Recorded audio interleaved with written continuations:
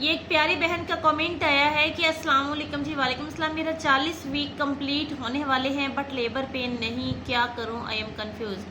प्यारी बहन आप बेफिक्र हो जाए, 42 वीक्स पे आपको लेबर पेन आ जाएंगी। बहुत सी लड़कियां ऐसी होती हैं जिनको 42 वीक्स पे जाकर डिलीवरीज होती हैं। मेरे पास खुद पेशेंट जैसे आते हैं जो कि 40 वीक्स तक बहुत परेशान होते हैं, बहुत ज़्यादा। वो तो चाहते हैं कि हमारा 38 पे नॉर्मल डिलीवरी हो जानी चाहिए, 38 को वो नॉर्मल समझते हैं।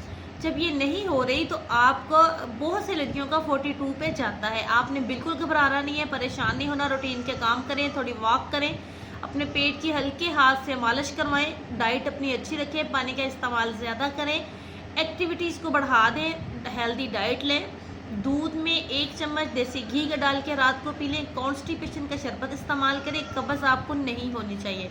अगर कब्ज़ नहीं भी है तो भी आप कब्ज़ वाला शरबत लाजमी इस्तेमाल करें। इंशाल्लाह बहुत जल्द आपको दर्दें लग जाएंगी और आपने मुझे कमेंट करके बताना लाजमी है। नॉर्मल डिलीवरी के हवाले से यूट्यूब चैनल पर मेरी बहुत सी वीडियो मौजूद है, आप एक बार लाजमी देखिएगा, आपको बहुत हेल्प मिलेगी।